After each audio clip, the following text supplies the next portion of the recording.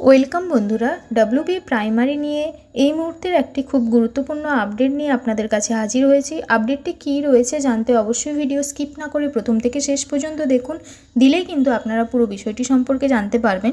ইতিমধ্যেই কিন্তু যেটা জানা যাচ্ছে যে খুব তাড়াতাড়ি ডব্লিউবি প্রাইমারির যে নিয়োগের প্রক্রিয়া তার বিজ্ঞপ্তি কিন্তু খুব তাড়াতাড়ি আসতে চলেছে, এমনটা কিন্তু খবর পাওয়া যাচ্ছে। তো এরই মধ্যে আবার একটি নতুন মামলা, সেটা কিন্তু কলকাতা হাইকোর্টে দায়ের করা হলো।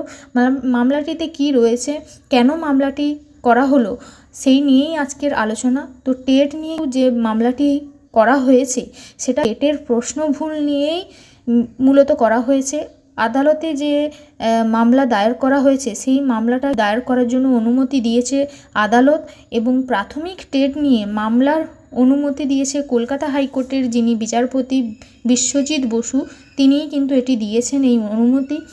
টেট যে 2017 এবং 2022-এর যে প্রশ্নপত্রে ভুল ছিল সেই ভুলের সাপেক্ষে এই মামলা দায়ের করা হয়েছে। চাকরি প্রার্থীদের হয়ে এই মামলাটি কিন্তু আপাতত লড়ছেন আইনজীবী ফিরদৌস শামীম। তো প্রশ্ন ভুলের জন্য আবেদনকারীদের যে পর্যাপ্ত নম্বর দেওয়ার কথা, সেই পর্যাপ্ত নম্বর যেন বিবেচনা করে দেওয়া হয় এবং তাদের টেট উত্তীর্ণ হিসেবে যেন গণ্য করা হয়, এই নিয়েই কিন্তু সোমবার কলকাতা হাইকোর্টের বিচারপতি বিশ্বজিৎ বসু দৃষ্টি আকর্ষণ করেন আইনজীবী ফিরদৌস শামীম। তো তিনি জানান যে 2017 সালে 23টি এবং 2022 সালে যে টেট পরীক্ষা হয়েছিল তাতে 24টি প্রশ্ন ভুল ছিল, এবং মামলা দায়েরের অনুমতি দিয়েছেন বিচারপতি বিশ্বজিৎ বসু।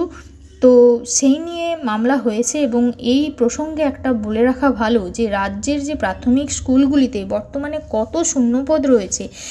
তো সেই স্কুল শিক্ষা দপ্তরের থেকে কিন্তু শূন্যপদ চাওয়া হয়েছে। স্কুল শিক্ষা দপ্তরকে জেলাভিত্তিক যে তালিকা সেটা কিন্তু পাঠাতে বলেছে প্রাথমিক শিক্ষা পর্ষদ, এবং পর্ষদ সূত্রে যেটা খবর পাওয়া যাচ্ছে খুব তাড়াতাড়ি কিন্তু ডিসেম্বরের শুরুতেই হয়তো প্রাথমিক শিক্ষক নিয়োগের নতুন বিজ্ঞপ্তি আসতে চলেছে, এবং এই নিয়োগ কিন্তু খুব স্বচ্ছভাবে হবে এমনটাই কিন্তু জানা যাচ্ছে।